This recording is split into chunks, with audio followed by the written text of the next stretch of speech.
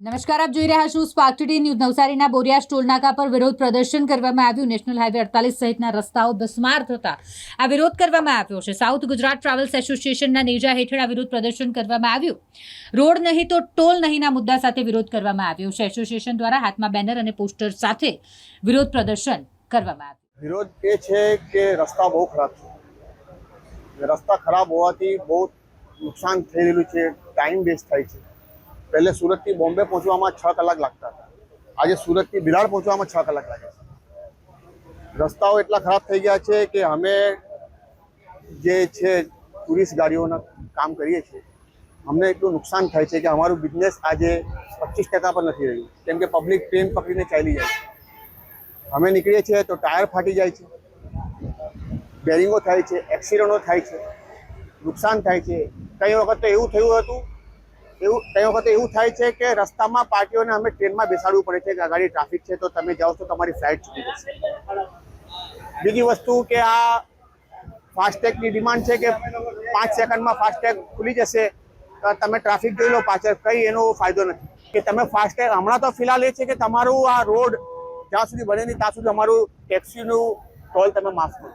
અમારા ટ્રાવેલ્સ એસોસિએશનથી અમે બધા અહીંયા ભેગા થયા છે કે ગાડીઓ માટે અમે 1 મહિનાથી અમે અવાજ ઉઠાવી રહ્યા છીએ કે ખાડાઓથી અમારા ગાડીઓના નુકસાન થઈ રહેલા છે। જેટલી અમારી કોમર્શિયલ વ્હીકલ છે, અમે ટોલ ટેક્સ ભરીએ છીએ, અમે ફિટનેસ ભરીએ છીએ, પરમિટ ભરીએ છીએ, પીયુસી ભરીએ છીએ, ઇન્સ્યોરન્સ ભરીએ છીએ, અને તે છતાં અમે ટોલ અહીંયા આપી રહ્યા છે। ટોલ આ લગભગ 2 મહિનાથી ડબલ ટોલ થઈ ગયું છે, અને 12 વાગ્યા પછી કઈ નવો નિયમ લઈ આવ્યા છે કે 12 વાગ્યા પછી તમે 11 PM ટોલ ગાડી ક્રોસ કરી છે તો આગળના ટોલ પર 12 વાગી ગયા એટલે બીજો ટોલ લાગી જાય છે।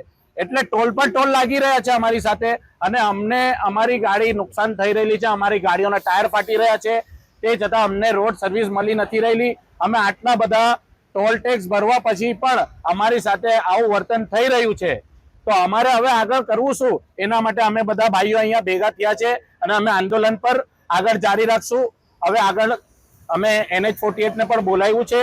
હવે એ લોકો અમને ટાઈમ આપી રહ્યા છે, કલાકમાં આવીએ છીએ, 2 કલાકમાં આવી રહ્યા છે, પણ હજુ સુધી કોઈ આવ્યો નથી। રોડ નહીં તો ટોલ નહીં, રોડ નહીં તો ટોલ નહીં, જ્યાં સુધી હવે તમે રોડ સરકાર નહીં કરશો ત્યાં સુધી અમારા એસોસિએશન થી અમે એવું કહેવામાં આવ્યું છે કે અમે ટોલ હવે નહીં ભરીશું।